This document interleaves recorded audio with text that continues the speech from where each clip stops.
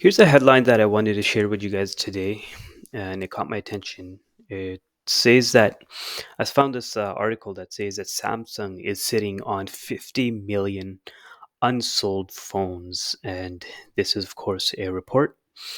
And they say that the majority of the phones that Samsung is sitting on is the Galaxy A series. This is unsold inventory, and going down, we can see that it has a lot to do with, let's see, they expected to sell 270 million phones in 2022. Uh, the fact that they've sold, let's say, if that's what let's say they produce this many phones, and if they only have 50 million phones that are unsold, then, they still have sold 210 million, 200 and, sorry, 20 million phones. So, it's 18%. I don't know if this is such a huge uh, deal for Samsung. Perhaps they priced this in. Um, Perhaps their flagship phones uh, give them more of a profit that they can actually have 50, 60, 70 million phones that are unsold, and they can still, profit well. Um, these guys, they do well. But of course, you know what? Let's see. We have weakening demand, inflation, continued geopolitical tensions, ongoing supply chain constraints. These are possible potential reasons. Uh, yeah, I think, like they say, Apple is cutting down on some of the iPhones. Or other companies that are cutting down on production on many different products that they have.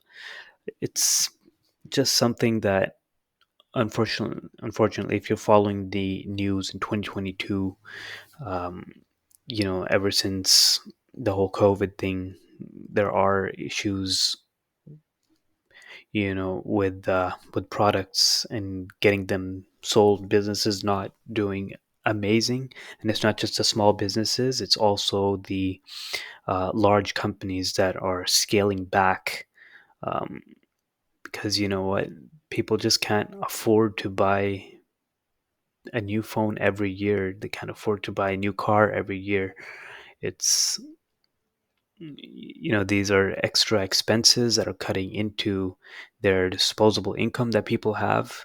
So we can probably see, when people start getting their jobs back, when they start having extra income, then they can actually uh, start buying these different products.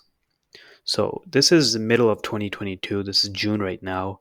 The news is very, very uh, pessimistic. There is some optimism, but you know, you won't really feel the full effects of the current economy for another. Grant, like in 2008, it was around end of August, September, October is when the economy took a huge hit, and there was that recession. So it's really, near the end of the year when people are buying things in the winter season, when you're going to start to see different headlines. And if the headlines remain pessimistic and issues going on with supply chain and people losing their jobs, things like that, then yeah, it's possible that, we may see a major recession coming up, and more of these headlines of companies who cannot sell their products. But that remains to be seen. It's always nice to have an optimistic view. Just try to do whatever you can.